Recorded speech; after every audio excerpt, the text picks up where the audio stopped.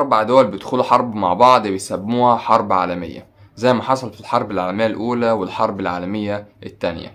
دلوقتي عايز أقول لكم إن إحنا على بوادر حرب عالمية تالتة، لما تبقى غزة بتحارب مع إسرائيل، ويبقى أوكرانيا بتحارب مع روسيا، وتبقى أثيوبيا بتحارب مع الصومال، مصر داخلة مع الصومال، أمريكا داخلة مع أوكرانيا. في دربكة كتير وفي مشاكل كتير.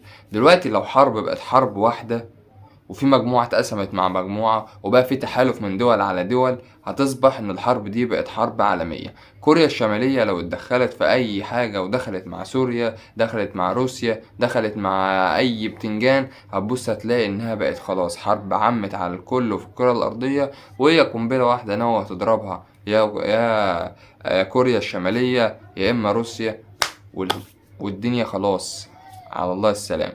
هنيجي هنا لمصر بقى ونتكلم ونقول ان احنا كان من عندنا هنا غزو، ومن عندنا هنا غزو، ومن على حدودنا دي حرب، ومن على حدودنا دي حرب. واسمع الحتة اللي جاية دي عشان مهمة جدا. من 2011 لحد يومنا النهاردة واحنا في حروب. كان رئيس الجمهورية كان الرئيس حسني مبارك، الرئيس الراحل. قامت الثورة زيها في سوريا، قامت ثورة زيها في ليبيا، قامت ثورة زيها في الجزائر، قامت ثورة كلها. العالم كله قام ثورات. هل في دولة رجعت تاني وقفت على رجلها غير مصر؟ الشعب المصري لازم نفكر في حاجة كويس، النقطة الصغيرة دي، ان دايما بيدوروا على الاكل، وبيدوروا على الشرب، وبيدوروا على حاجات رفاهيات الحياة. الناس مش لاقية بيوتها اصلا في ليبيا وفي سوريا. هم ليه السوريين قاعدين في مصر دلوقتي؟ ما ملهمش بلد. الثورة حصل ثورتين 2 ورجعنا تاني عايشين زي ما احنا كده. فاحنا كده في نعمة وخير قوي من ربنا.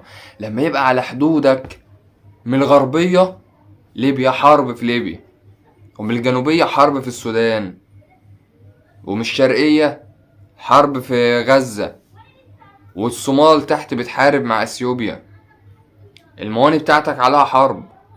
لما تبقى عندك قصادك في اوروبا البحر المتوسط حرب غزة مع اسرائيل، مع لبنان، مع سوريا، مع كل ده على حدودك برضه في العريش.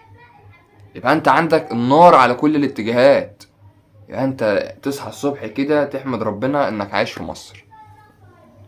كون ان جيشنا باعت قوات دعم في الصومال، وباعت قوات دعم في رفح، وواقف بكثافة، وباعت قوات حرس حدود لا مثيل لها على الحدود الغربية ما بيننا وما بين ليبيا. انت متخيل الخط اصلا اللي ما بيننا وما بين ليبيا ده قد ايه؟ طول مصر كلها قد ايه؟ من اسكندرية لحد اسوان ممكن تمشي انت في كام ساعة؟ ممكن تقعد يومين ماشي في الطريق لحد ما توصل من اسكندرية لاسوان.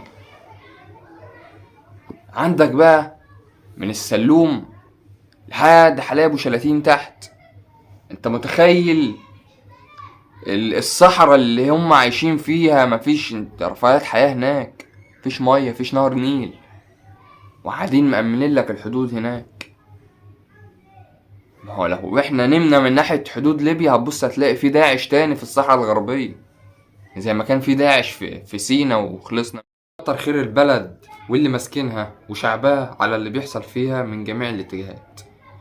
والجماعة اللي هم بيحبوا ينتقدوا ويتكلموا خلاص، الكل عارف الحقيقة فين،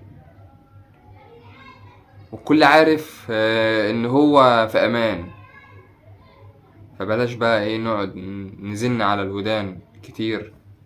واللي عايز ينتقد بقى كلامي ده يقول لي انت بتجامل، وحد قال لك تقول، على حد قال لي اقول، وعلى حد قال لي جامل. لان انتوا شايفين بعينكم زي ما انا شايف، بس انتوا بتحبوا تعملوا الشو زيادة عن اللازم عشان ايه؟ تكسبوا تعاطف الناس. ولو عجبوا الكلمتين دول بقى يعمل اشتراك ويفعل الجرس ويصلي على النبي في الكومنتات ويعمل لي لايك. بس اهم حاجة يعمل اشتراك عشان خاطر اللي جاي جديد.